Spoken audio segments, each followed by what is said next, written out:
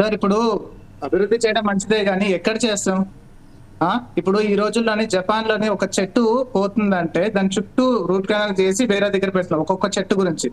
400 ఎకరాల ఫారెస్ట్ పోతుందంటే హైదరాబాద్ కి ఒక ఊపిరితిత్తులు అంటే 2 లంగ్స్ లో ఒక ఊపిరితిత్తులో సమానం.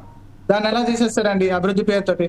సో ఇంకోటి, ఆ 400 ఎకరాల నగర నడిబొడ్డులో ఉంది. మీరు అన్నట్టు ఐటీ హబ్బులు అక్కడ పెడితే అక్కడ ఉన్న పొల్యూషన్ కి పాపులేషన్ పెరిగిపోయి ఢిల్లీ కన్నా అధ్వానమైన పొజిషన్ లోకి వస్తుంది హైదరాబాద్. అంత కామన్ థింగ్స్ కూడా ఎవరు ఆలోచించరా అంటారు. ఇక్కడ రేవంత్ రెడ్డినా లేకపోతే ప్రముఖుల కాదు, అక్కడ ఐఏఎస్ ఆఫీసర్ నుంచి కోర్టు జడ్జి ఇచ్చే ప్రతి ఒక్కరు కామన్ సెన్స్ ఒక మనిషిలాగా ఆలోచించాలి.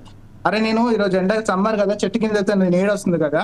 ఈ రోజు ఒక పోస్ట్ చూసాను ఇన్స్టాలోనే, వాళ్ళు చెట్లు నరికేసిన పోలీసులు అండ్ జేసీబీ డ్రైవర్లు అంతా చెట్ల కింద పడుకుంటున్నారు.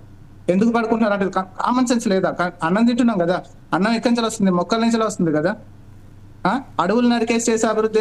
హైదరాబాద్ లో భూములు కరువైనాయా? హైదరాబాద్ సరౌండింగ్ లో భూములు కరువైనాయా?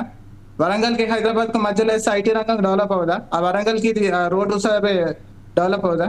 అటు పక్కన పేద రైతులందరూ బాగుపడరా?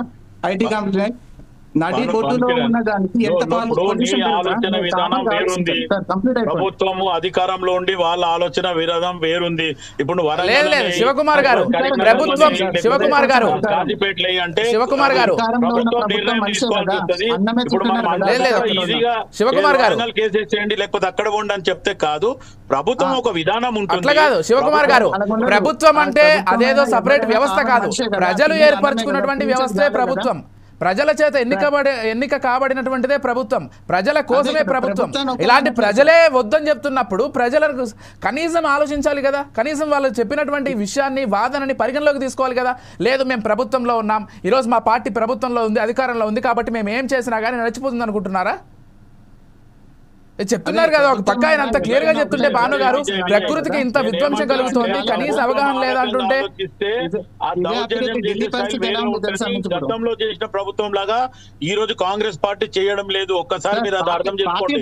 ఎందుకంటే మొత్తానికి ఈ రోజు విజయ్ నన్ను అడుగుతుంటూ మీరు మధ్యన కాంట్రవర్షియల్ మాట్లాడుతున్నారు. ఇద్దరు మాట్లాడితే చర్చ కరెక్ట్ గా పోదు. ఒక్కసారి అర్థం చేసుకోండి. మీరు మాట్లాడండి. నేను సరే సరే శివగారు భాను గారు కైండ్లీ ఒక్క నిమిషం అండి. మనతో పాటు ఇతర గెస్టులు కూడా ఉన్నారు, లక్ష్మణ్ గారు, వెంకటస్వామి గారు. ఒకసారి లక్ష్మణ్ గారితో మాట్లాడదాం. లక్ష్మణ్ గారు నమస్కారం అండి.